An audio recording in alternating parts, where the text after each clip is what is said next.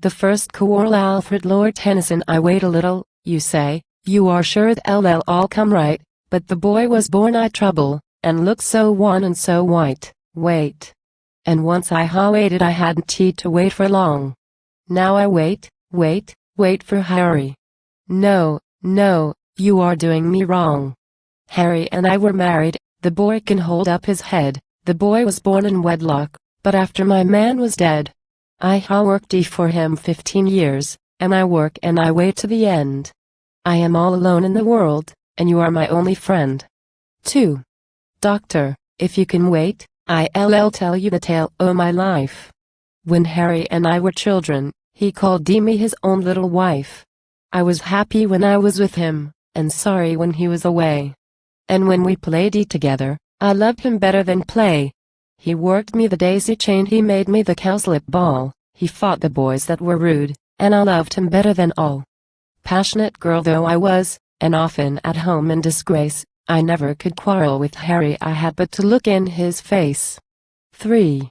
There was a farmer in Dorset at Harry's kin, that had need of a good stout lad at his farm. He sent, and the father agreed. So Harry was bound to the Dorsetshire farm for years and for years. I walked with him down to the quay, poor lad, and we parted in tears.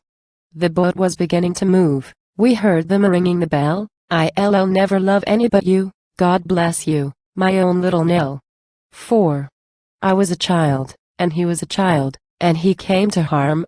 There was a girl, a hussy, that worked with him up at the farm. One had deceived her and left her alone with her sin and her shame, and so she was wicked with Harry. The girl was the most to blame. And years went over till I that was little had grown so tall, the men would say of the maids, our Nelly's the flower of 'em all.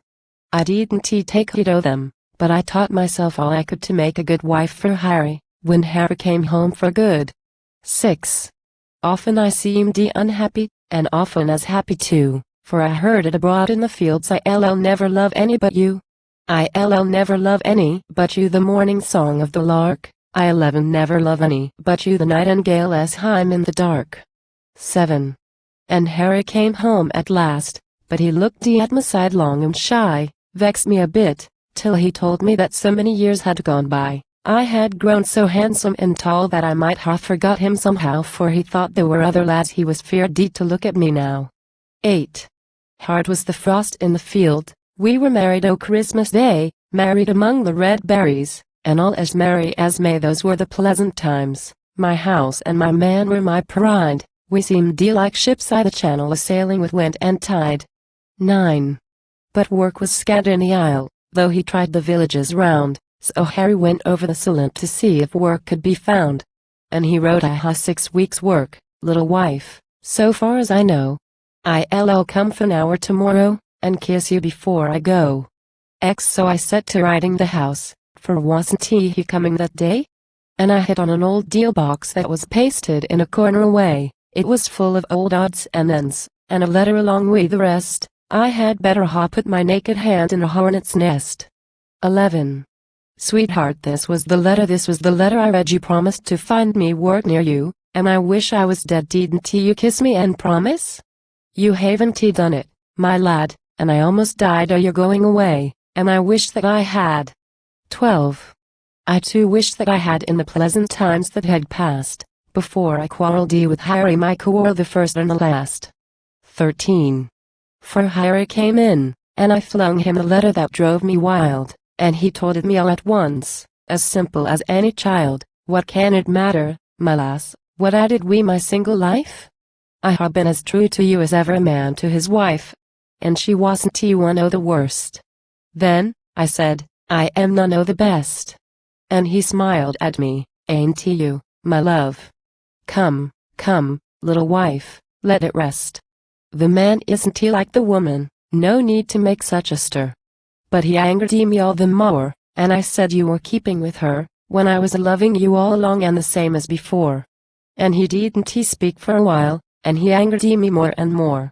Then he patted my hand in his gentle way. Let bygones be bygones. You kept yours hushed, I said, when you married me. Bygones ma become agains. And she and her shame and her sin, you'll have her to nurse my child, If I die o' my lying in, you'll make her its second mother. I hate her and I hate you.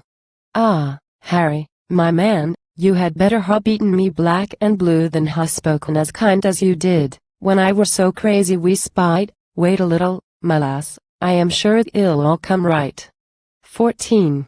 And he took 3 turns in the rain, and I watched him, and when he came and I felt that my heart was hard, he was all wet through to the skin, and I never said off wi' the wet, I never said on wi' the dry, so I knew my heart was hard, when he came to bid me goodbye.